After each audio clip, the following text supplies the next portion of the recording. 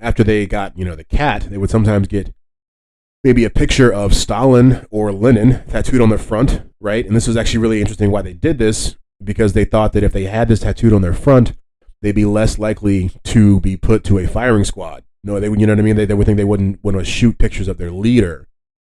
That did not work out. They ended up just getting shot in the back of the head. My name is Richard Dix, and this is How Did That Happen? A podcast where I look at everyday things or events and try to figure out how they came to be. Every week I will research one topic, and by the end of the episode, I hope to truly have the answer to the question, how did that happen? Hello, and welcome to another episode of How Did That Happen?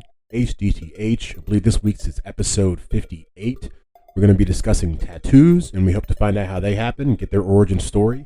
This episode will be coming out on MLK Day, so happy Martin Luther King Jr. Day to everybody out there. We did an episode on MLK Day last year, and so if you want to go back and find out how that happened, definitely it's definitely on the same RSS feed. I think it's like episode 8 or something like that. It was very early on into the podcast, but it was definitely always something that interested me, and I always wanted to know how it came to be. So that information is out there if you wanted to know. As always, 7 days a week, you can find out how things happen over at hdthappen.com. There you will find episode transcripts as well as pictures and videos for every episode. I always like to put a works cited up there so you can always see where I get my information from. There is a blog on there as well with articles that are written by yours truly. I've written on subjects such as the Uvalde shooting, loneliness, Takeoff's murder, the Damar Hamlin cardiac arrest, all those different things. I kind of write on whatever comes up to me and what I feel, just to kind of a stream of consciousness over there for the website. So before we get to the episode, what am I watching? Just watched Top Boy on Netflix. It used to be on TV in the UK, but it got canceled. So it came over to Netflix. I watched the first season that was released on Netflix, which is actually the third season in like the actual chronological order. It's basically just about like the crime underworld of the United Kingdom, based mainly in London, drug dealing guys, kind of immigrants from like Africa and stuff like that. It's pretty interesting. Like I said, it was originally on TV. I believe it was Channel 4 that it was initially on, but it got canceled, and so they released those actually on Netflix as well, called Top Boy Summer House. That's a kind of a prequel to what happens for the Netflix releases. It's actually executive produced by Drake, so if that actually means anything to you and makes you want to go look at it more. And the other thing that I'm watching right now that I just actually watched The Godfather for the first time all the way through. I've definitely seen parts of it before, but never have actually just sat down and watched the 3-hour specimen that is The Godfather, and it's awesome. It's actually a pretty good movie. I can't even lie. I wanted to see the holes in it, or whatever, but it's actually a pretty good movie. I've since started to watch the sequel, the second one, and then found out it is longer than the first one. Oh my gosh. Like, I think the first Godfather is 2 hours and 57 minutes long. The second one is 3 hours and 22 minutes long. It's a lot. So what am I listening to? I'm listening to the Tylenol Murders right now, which is a pretty good podcast. I guess you could say it's true crime. There's a man who's putting cyanide pills in Tylenol bottles, and it's killing people. And it's kind of the reason why we have like those like seals on pill bottles these days, is because he was killing people. He was putting cyanide in Tylenol. So it's called the Tylenol Murders. Definitely check it out. So I'm probably on Apple Podcasts, anywhere you can find stuff. I also listen to Flagrant 2. And this podcast needs no introduction. It has a large cast that is spearheaded by Andrew Schultz and Akash Singh. You probably see it out there on your YouTubes and stuff. They talk about daily topics, pop culture, anything. They're very funny. It's a very good hang if you just want something to watch and put on in the background. You always find something to laugh at on that show. But yeah, since I plugged those, I'll plug my own. The most recent episode of Bite Size Bios is out now as well. Last week I profiled Michelle Obama, the First Lady, and we find out about her career before Barack's presidency. We profiled at least, I think 15 people over there. Got more to come. Hope you guys like the profiles we've been doing. If you like what you hear here, then be sure to go over to wherever you consume podcasts and like and subscribe. Maybe give us 5 stars if you feel so inclined, or if you want to give us 2 stars and tell us why you didn't want to give us 5 stars, that's fine as well. Always appreciated. Let's see, I don't think there's much more to say before we get to the episode. No, let's learn about some tattoos.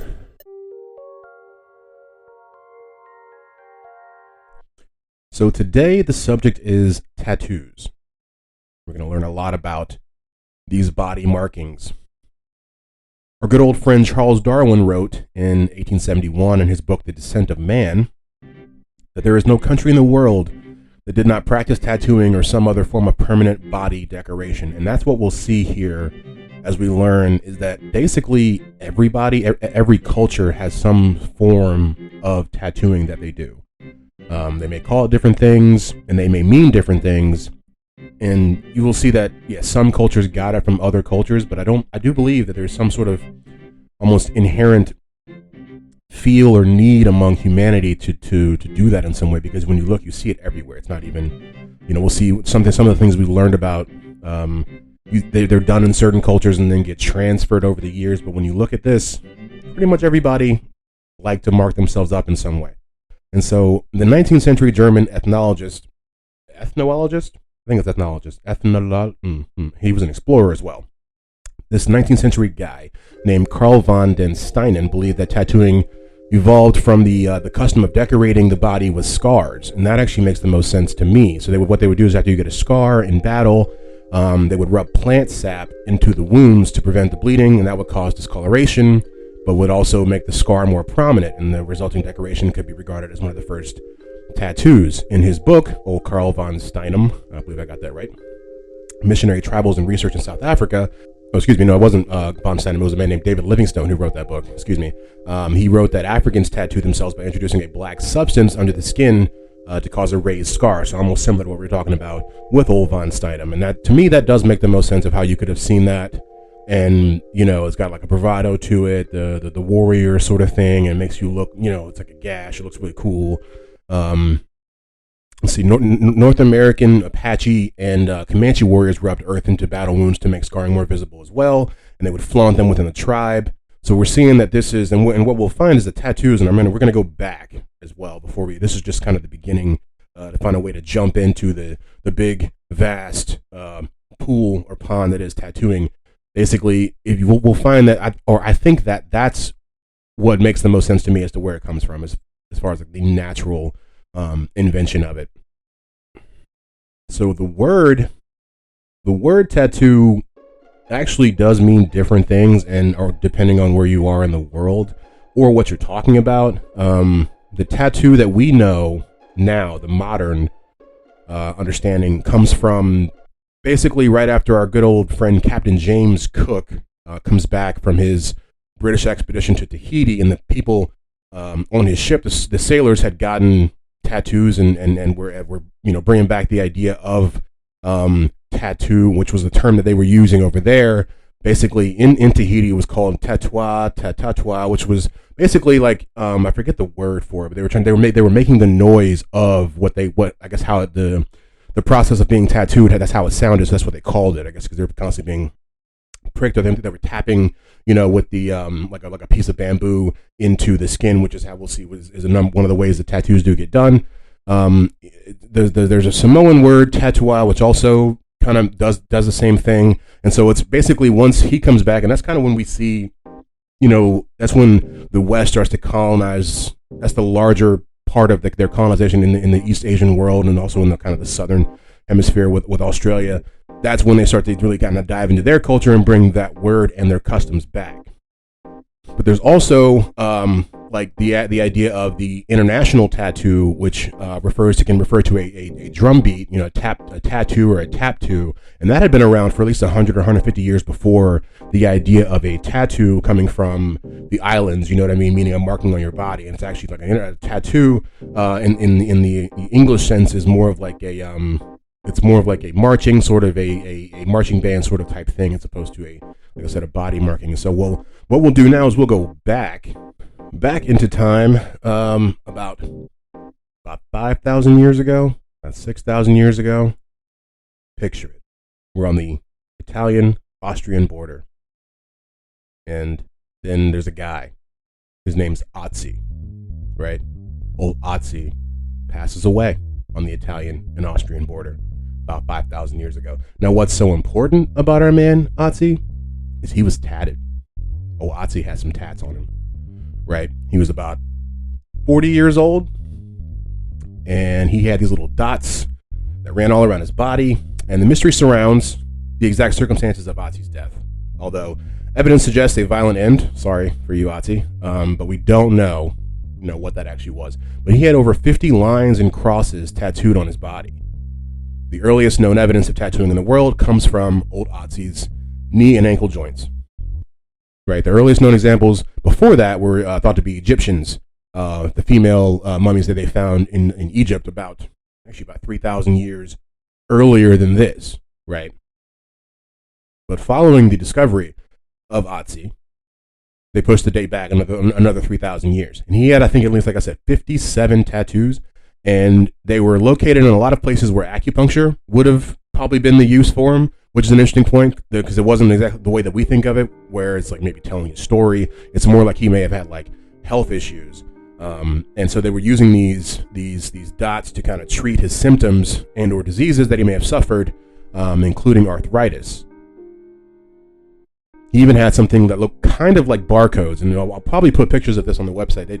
They're not as many lines as barcodes, but like they do resemble barcodes. And it's interesting about the acupuncture thing because basically acupuncture, as we know it as well, wouldn't be discovered for at least another 1,000 years or so by like the Chinese.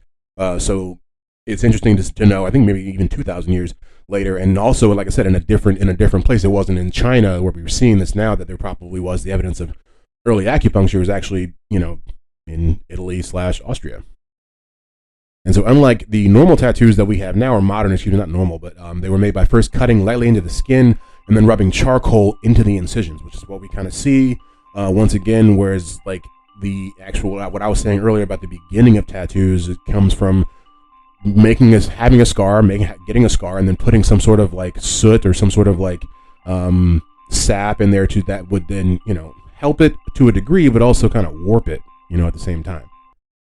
And so that'll bring us, if we're going in this tattoo history timeline, to the Scythian Pazyryk, which is a type of people of the Altai mountain region. They were an ancient culture that also used tattoos about 2,000 years after old Otzi. And they were discovered the same way that Otzi was. I don't think I mentioned he was discovered preserved in ice. That's why they actually can see his body, and that's what's so interesting about him.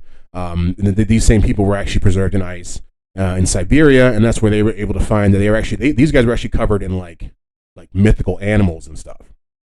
Like it wasn't just the dots or makeshift like barcodes. It was they were really starting to maybe almost get into the art of tattooing. The practice was also confirmed by the Greeks, who came in contact with the Scythians like 450 BC, and they stated that their tattoos were a mark of nobility, and to not have them was a testimony of low birth. We will also remember the Scythians were the first people to smoke out of bongs. We covered that episode. I believe it was episode 24. So these guys sound like they were like a whole real vibe. Like, go back 4,000 years ago and they were smoking out of bongs and have tattoos like ahead of their time. And so it said that the Greeks learned tattooing from the Persians, and they used it to mark their slaves and criminals, and that's what you will see, so that they can be identified in case they try to escape.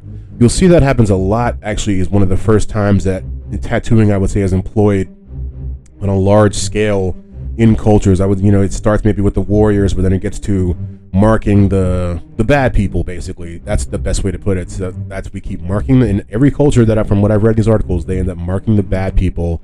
And then so the bad people then take that mark as a rite of passage. And so that's what kind of creates the criminality aspect of tattoos. And that's really not always been around, but it's been around for thousands of years, that connection. Let's see. And we talked about the Egyptians earlier just a little bit, but we'll talk about them right now as we're going on this timeline. There's certainly evidence that women had tattoos on their bodies during this time, on limbs and maybe other parts, I suppose. They also may have even found tattooing tools, small little bronze pieces that were discovered in the town of Ghurab in northern Egypt that dated back to 1450 BC. And they also think that these tattoos were maybe even the mark of prostitutes, or were meant to protect the women against sexually transmitted diseases, which is, it may sound far-fetched, but what we'll find here, and if I don't mention it later, I'm going to mention it now, we do find that they're experimenting with using tattoo needles to deliver vaccines that normal hypodermic needles can't actually they can't use because I guess the vaccines are sometimes they're too thick or I guess whatever to be used in a needle like that. So they need a kind of a different technology. So they're looking for a different delivery vehicle for these vaccines, and then they're looking to the technology of the tattoo gun. I just think it's pretty interesting. But we're getting off topic, or at least getting out of the timeline. Definitely still on topic. What is interesting about these tattoos that the Egyptians had, which is something that I never would have thought of, but you think about all the different reasons they were using that they thought these tattoos were good for, and who knows, maybe they actually are. Some of the women were found with these tattoos that basically went around their hips and their childbearing areas during pregnancy, and like there's a specific pattern that would expand in a protective fashion in the same way that like beaded nets were placed over like rat mummies to protect them and so kind of keep everything in sort of idea. I just think it's an interesting perspective that they were using tattoos in a way to kind of help pregnancy. And so there are pictures of like these or at least projections. I don't know if they're exact pictures of the mummies or the women's bodies. But it's really an ornate pattern that goes around their abdomen on down to their legs. And they would also, I believe, get this on their abdomen. They would get tattooed the deity Bes, or Bes, Bes maybe, and that's what also makes them think that it was more about the safeguarding of the child, was because Bes was the protector of women in labor. This would also kind of explain why maybe it was just females who did it. When you would look and be like, why weren't any of the guys doing it? But during that time, if it was viewed as like it's not that it's like a female thing. I don't even think, but it was like this is something that's made for women to use to like facilitate pregnancy. So why would a guy do it if a guy can't have a baby? But that we talked about what they used, possibly the Egyptians to do tattoos. And let's see, we'll talk about other early tattoo tools. A lot of them we're seeing were made out of bronze. They would use, like I said, in the Eastern countries, they would use bamboo, which we'll talk about, I think, a little bit later. There's a lot of information here that I'm not sure we'll get to, but if not, what I missed, we'll cover on the mini episode next week for sure. But they do use the kind of bamboos with a needle that goes through it. And I watched a video of a guy who does it now in Japan, and he doesn't use bamboo anymore, but he said he used to, because he's kind of just things modernized. He uses some sort of like kind of steel sort of tubing, right? But he manually has to tape the needles on himself, so it's a really kind of makeshift process even today. And that will bring us to tattoos in Japan. In Japan, the practice of tattoos is called irizumi, which literally translates to inserting ink, and that's basically just what happens when you get tattooed. I think later on we will get to the actual process of a tattoo gun and how it works. But the idea of that in the irizumi in Japanese culture is thought to date back to the Paleolithic period of the Japanese islands. Although they were known to sport decorative and social tattoos, their exact purpose is still basically up for debate. No one really knows why they did it. Basically, is what this article is saying. But the tattoos that we kind of know as far as like Japanese culture come into fashion around the 1600s, maybe the 1700s, in what's called the Edo period, maybe the Edo period. I don't know. It's crazy how all these different words can be pronounced so many different ways. But yeah, so they crossed over, like I was saying earlier, from being prison markings into fashionable trends, and we see that in so many different places. We see it in Russia. Also in Europe as well. It's just like you mark these people to try to make them feel like a lower class, but they ended up taking it as a rite of passage. I think it's actually a beautiful thing as far as like how they kind of take their lemons and make lemonade, if you will. So yeah, we see them do it in the 16, 17, 1800s, and they get what you've normally seen with the dragons and different things on their backs and on their front, on their forward. And what happens is the Yakuza actually ends up taking that, like we said, in like around the 19th century, and that's what really kind of makes it, I guess, kind of puts the damper on tattoos in Japan, because once that happens and it becomes the underworld, it becomes too much for them. It gets outlawed, and it wouldn't actually come back into any form of legality until after World War II, when under the American occupation, and that's when it kind of was allowed again. But tattooing in Japan right now is still a gray area, and they were talking about it in this documentary that I was watching. It's very interesting how the government can do these things. But like the trick is that basically, so the government calls tattooing in Japan a medical procedure that requires a license, right? But they've all agreed on that. Well, when they don't agree on it, but that's what the government has decided to call it. The tattooers obviously don't believe that. They're saying it's an art form, which it is. But the trick is that they won't give out licenses for these medical procedures. So, it's like a whole thing. So it's really like they don't have, they have really ornate tattoos that are done really well and look really beautiful. And it's not something that you can go around flaunting, is what they were saying also. Like a lot of them keep it under wraps. They get they spend all this time to do this, and they just, these beautiful, canvases, and they just keep coats on them, and because it's still frowned upon in society. I thought it's a really interesting dynamic. And so that is going to bring us to tattoos in the military. And I wanted to specifically focus on a man by the name of Norman Keith Collins, otherwise known as Sailor Jerry. Norman Keith Sailor Jerry Collins, as some may know him as. He was a prominent American tattoo artist who was based in Hawaii for some time, who was well known for his sailor tattoos. Now, if you don't know what I'm talking about, you definitely will. Let's just do a Google search.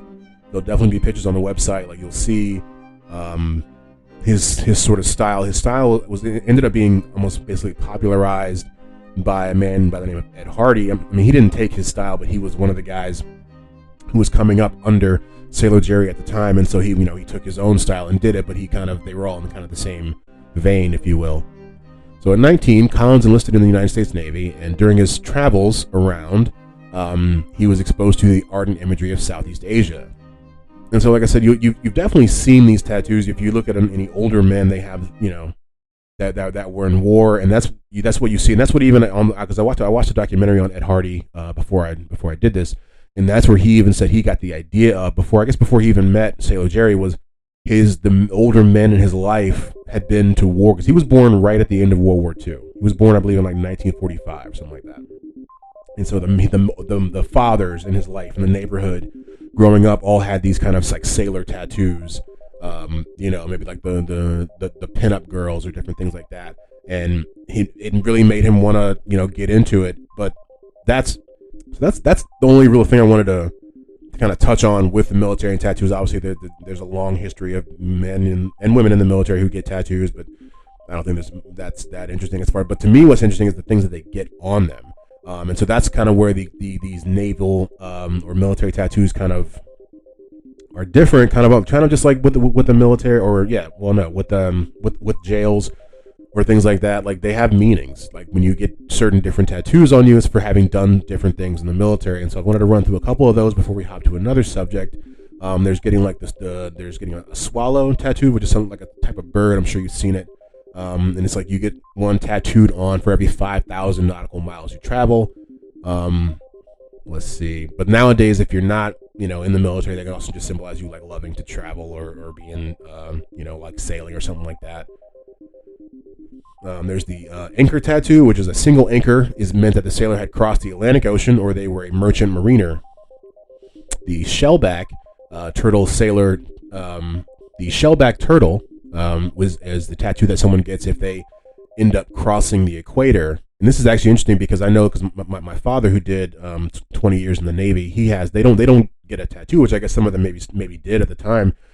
They get a little card. He showed it to me before. It's called the shellback card that you get for crossing the equator on a ship. It's pretty cool. So I mean, it's that's just a side note. But so this stuff is like, it's actually really true. It has like true history and meaning, I guess is what I'm trying to say. But yeah, that's about all for the tattoo meanings. I'm not sure how many people found that interesting, but I certainly did. I think knowing that, because it's interesting to talk to people who don't have like a meaning for their tattoos, people who just like, because I think that really happened with when the tattoo boom happened in later on in modern culture, where people were just kind of getting anything, which is, I mean, fine, do what you do with your body. But I always think, and it's why I don't actually have any tattoos, because I couldn't find anything that means anything that much to me to put it on my body yet. I'm still relatively young, I guess, so that could happen. But yeah, that's just another tangent here. But we'll get to tattoos in jail, which I thought was, I didn't know if there'd be much to this, but there is basically. So American criminals of the late 1880s had a distinct dislike for antisocial tattoos, possibly being more cautious than their European counterparts, because they didn't want to provide police clues, like saying, hey, look at me, I have all these tattoos. But tattooing would go on the rise over the next few years, and basically in the early 1920s and 30s. It's interesting because I really didn't know that. I was looking at the pictures, and I'll put it on the website as well. Like, people were really getting tattooed like full bodies, like in America 100 years ago. I really didn't know that. That's why I do this. I didn't know much about tattoos. I don't know much. I guess, like I said, I don't even have any. So that'll bring us to tattoo guns in prison. They were making tattoo guns basically in prison, even all the way back to the 19th century in like the late 1800s. They weren't quite machines, but they would basically use, what did they use? I think it was a sewing needle. Did I have any? Yeah, they would use like a sewing needle, and they would attach it to like some sort of handle, and then like kind of just have like a little that they put the ink through the handle. I guess is really hard. They said it was very crude, and they couldn't really do straight lines, and there was like no shading. This was kind of just like almost like marking you up basically. But that would evolve, and they've gotten really intricate with their stuff these days. They use the main thing they use for the needle is a guitar string in prison these days, and they'll use that. And they'll heat it up or kind of split it until it gets like super, until it can puncture the skin. And they put that through a pin. I actually have, let's see down here, I have 5 steps to building a tattoo gun in jail. So if you ever find yourself, I guess, wanting to use a tattoo gun in jail, this is your guide here. So we have number 1, obtain a guitar string. And this is almost a WikiHow. It's not a WikiHow, but I was on a website that was laying it out in the same way, so I thought I would share it with you. Number 2, the guitar string slides through the body of a pin to become a needle. Paper clips form a platform for the motor. The motor comes from a CD player, stereo, any sort of something like that. Number 3, the lighter heats up the paper clips to fuse them to the plastic motor body. Number 4, the guitar string connects to the motor and excess wire can be snipped. And number 5, wires from the motor attached to each end of a battery. Boom, now you have a jailhouse tattoo gun. You didn't get it from me. And so just like we were saying with like the Navy tattoos and even like the acupuncture tattoos from our good old buddy Otzi, gang tattoos in jail can also have, very rich and profound meanings, things that you would never really think of sometimes when you look at them, like the Aryan Brotherhood, or like white supremacists. They use a lot of swastikas. They use SS bolts.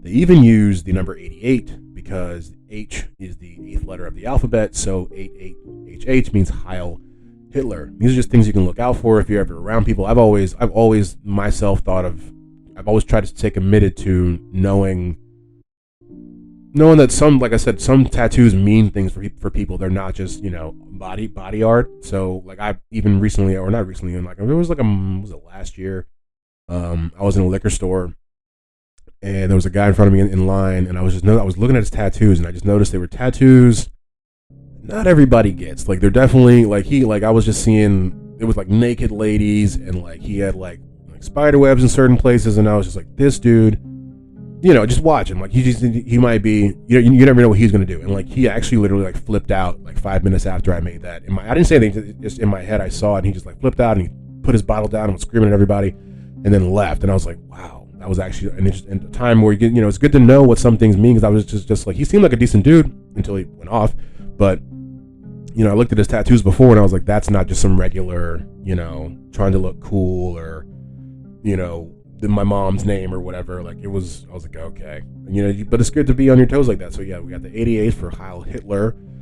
Other gangs like the Norteños, they just use the Roman numerals for the number 14, because you guessed it, N is the 14th letter in the alphabet.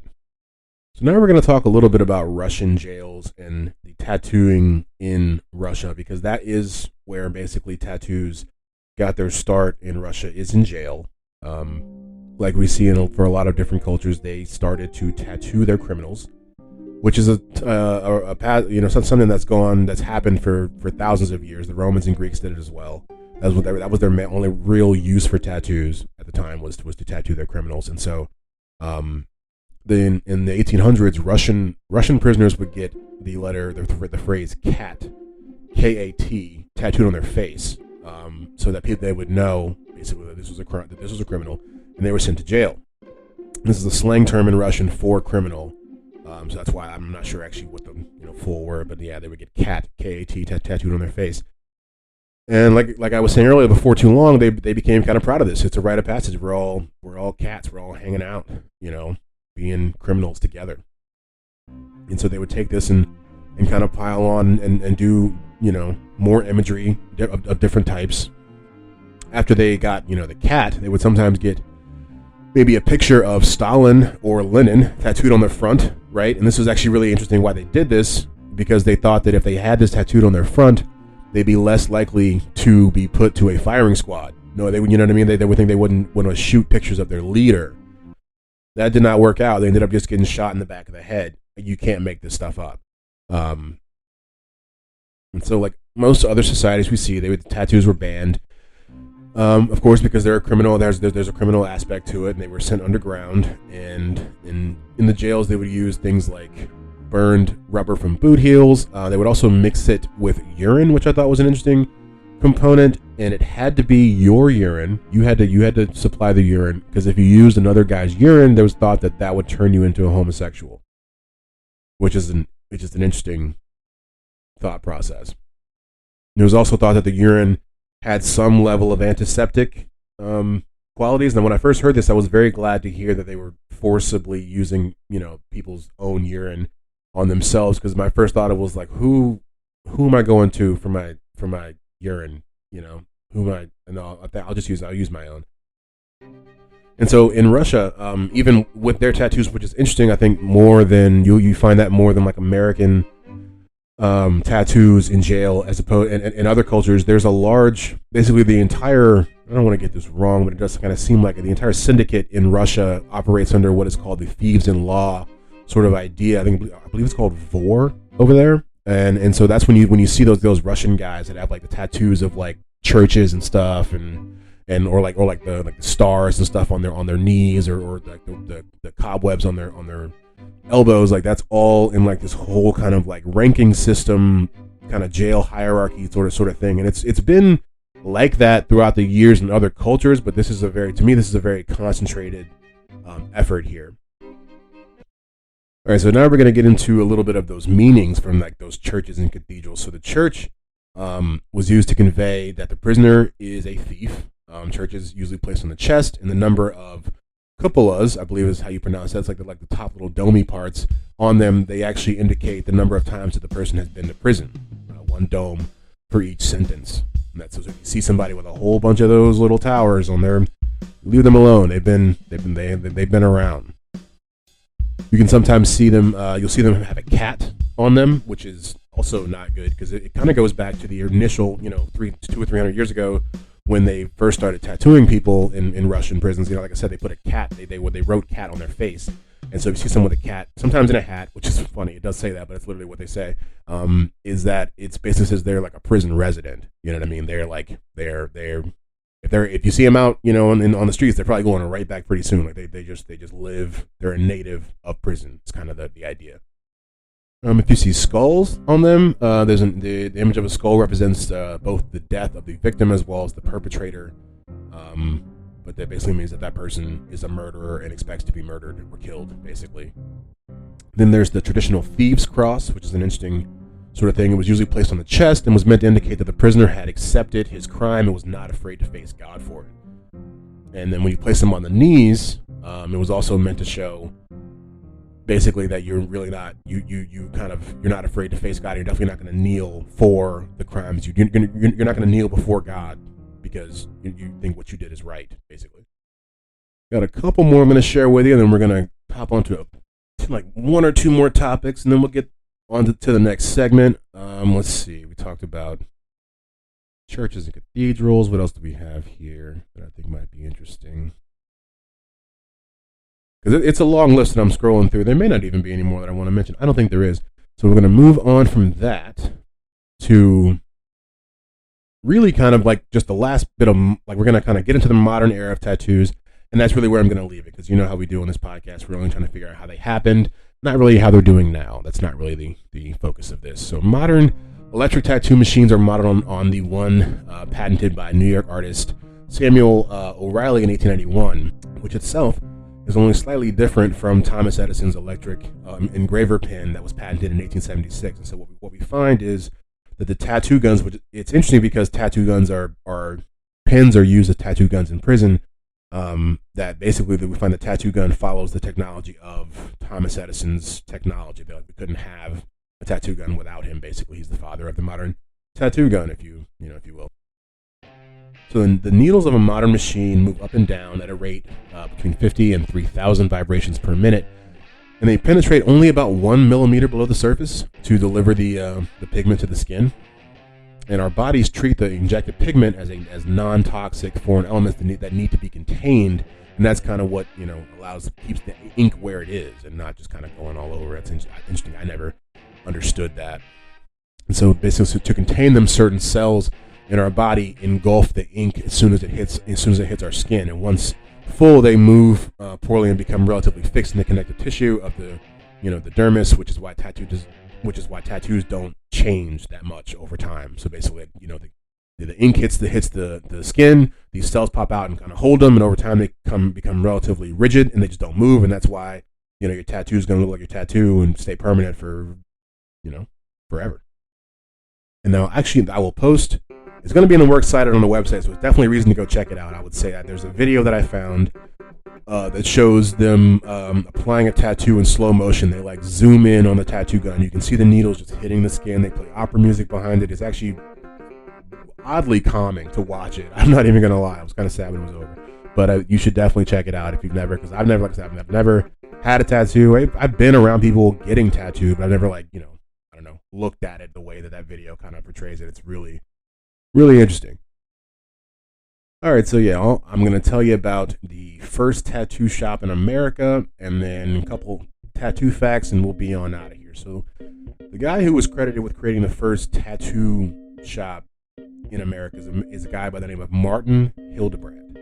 And he was a German immigrant who moved to New York City in the mid-1800s. Now, there's a conflicting timeline as far as when he actually set it up, because I've seen things that said he set it up even in 1846, but a lot of other things that I've read say he did it after the Civil War, because he was actually a Civil War soldier, I believe, fighting on the Union side. And that's actually where he started his tattooing. He fought in the Civil War and was tattooing people even during that time, and he was actually interviewed by the New York Times after his service and was said, and this is what he said, quote, "During war times, I never had a moment's idle time. I must have marked thousands of sailors and soldiers. I put the names of hundreds of soldiers on their arms or breasts, and they were actually recognized by these marks after being killed or wounded," end quote. So that's pretty interesting. So the father of American tattoo shops was actually basically kind of, I don't know, it's allowing people to be identified and go home to their loved ones even after passing. And so after the war, he started tattooing in New York City, in Manhattan, and it was the place was described as a tavern with a well-sanded floor and pictures on the wall. And he actually moved not too long after that to another place in Manhattan. He kind of just bounced around, but he would end up being kind of the guy. If you ever look at these like side shows, you'll see because actually there was a time when just having tattoos made you a spectacle. So you could go if you had a bunch of tattoos, and you could be in like a circus or some sort of sideshow, and people would pay money to look at you because nobody was really doing that back then. But the guy who was tattooing a lot of these people, if you ever look at those pictures, was actually Martin Hildebrand, because he was one of the only guys who had a tattoo shop in New York City. So he was getting all of that main business. And what's sad about our friend Martin Hildebrand is that he would actually die in an insane asylum in New York City in 1885. It's always interesting to find out how these people, how their lives ended, not in a weird way, but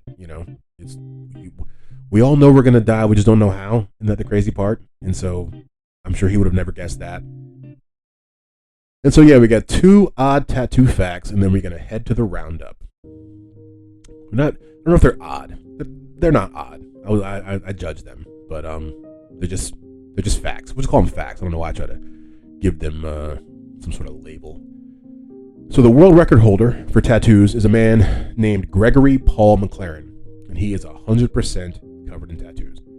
And there will maybe be a picture of him. You should just, maybe if not, you should just Google him. Gregory McLaren. He holds the Guinness Book of World Records for having the most tattoos. We believe we covered the Guinness Book in episode 46. You go check that out. But yeah, he's basically he looks like black, but like not like African American. Like he just looks kind of charcoaly. It's not a bunch of cool tattoos. It's just, I don't know. I'm sure. I hope that guy does therapy. We all need it, but I'm like that guy for sure. And the last one. So today, at least 1/5 of the adults in America have at least one tattoo. Yeah. And that is how tattoos happened. And now it's time for the roundup. And we're gonna round it up. Otzi is considered the oldest representation of tattoos on a human. All cultures have tattoo origin stories. Tattoo guns were modeled after Thomas Edison's engraver pen. Things I didn't know before. And now I know them. Never heard of these things. What are they?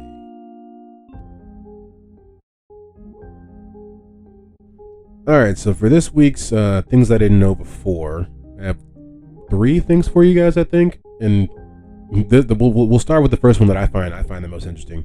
So there is a such thing as a tattooed Barbie. There's a Barbie out there that's all tatted up. I would have never thought that they would have let Barbie get this way, but it actually came out like 10 years ago, and it was a collaboration between Barbie and a company called Toki Doki, which I think it's a Japanese company. But yeah, so there's a tattooed Barbie exists, y'all. Go out in stores now. Let's see. In 2005, a woman got the URL goldenpalace.com tattooed on her forehead to pay tuition for her children. And honestly, the only thing I could think of when I read this is that as time goes on, she looks more and more regular. That's the crazy part about it. Like, I'm sure that she got a lot of looks in 2005. Probably not as many in 2023. It's just interesting. That's all I really could draw from that when I read it. And so the last one I have for you here is just the amount place with the most tattoo shops in America. It is, drumroll please, Miami. Miami has 24 tattoo shops for every 100,000 people in the city. And conversely, the city with the least amount of tattoo shops is a place called Salina, Kansas. They have 2 tattoo shops for every 100,000 people.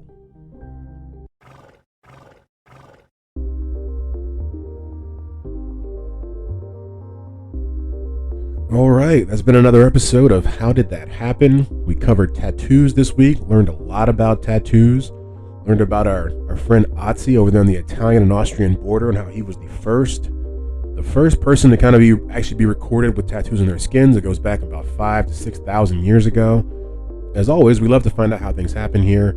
So if you love what you just heard, there is more where that came from over at hdthappen.com. As always, you'll find a written version of what you just heard with transcripts, photos and videos, as well as even a works cited. Give us a like and subscribe wherever you consume this podcast. It really helps the pod grow. Give us 5 stars if you'd like to. If you want to give us 2 stars and tell us why you didn't want to give us 5 stars, that's also fine as well. And as always, thank you for pressing play, and we'll see you guys in a couple days with the next episode of Bite Size Bites.